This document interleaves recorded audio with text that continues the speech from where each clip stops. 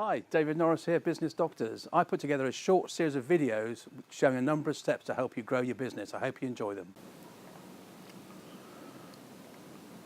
So once you've got yourself a business, you know who you're selling to, you know what your core values and core purpose are, it's really now about making sure that you've got something that is sustainable in some way. We call this a step analysis. It's just a very sound strategic step that companies use. Most of the things in this process, however, are things you can't necessarily influence. And I think what we're saying here is just have your radar on, have your passive radar on, just ping it every now and again, just to see if there's anything out there that could help you to accelerate your business, but also could actually be something that you trip up on. An example of that could be in the social aspects of our world. If you were a builder, again, sort of 10 years ago, then a residential builder, you were tended to build 4-bedroom family homes, and that was the principal market. And obviously, over the last 10, 15 years or so, that's changed. Our demographics have changed, so that now residential building is more often about building smaller houses or even apartments. So those builders that took the time to look at those aspects of their environment were the ones that really benefited. Similarly, legislation through political means can actually drive or even create a business. If you think about the solar panel industry, that was largely created by a sort of green initiative, but also the fact that the government was giving subsidies by way of tariff feedbacks to businesses.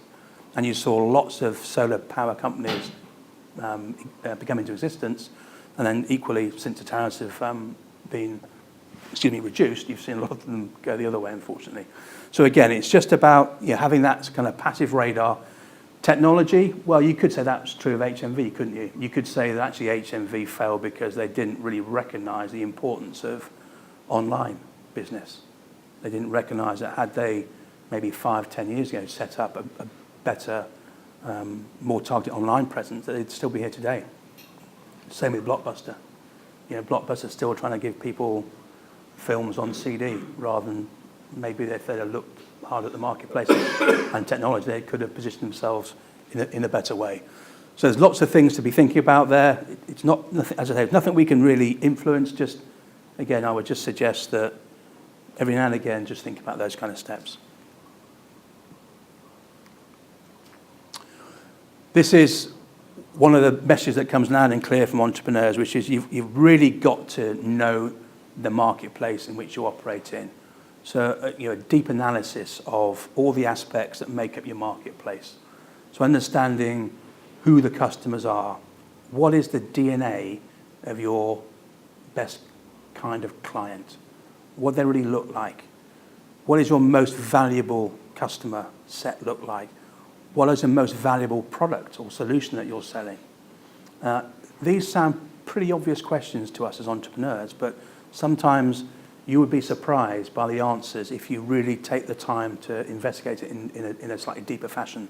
I had a retail customer who's recently been through this process, absolutely convinced that a new line he bought in to his shop about 8, 9 months ago had become his best-selling item of all time and the most profitable thing he could ever have done. When we looked at it in some great detail, that was not the case. In fact, it was only the second bestseller in terms of revenue, but actually the third most profitable line he had. So it is a really useful exercise, we feel, to go away and really spend some time on analysing this. And there's some standard kind of questions up there, I suppose, that would make it very easy to do that.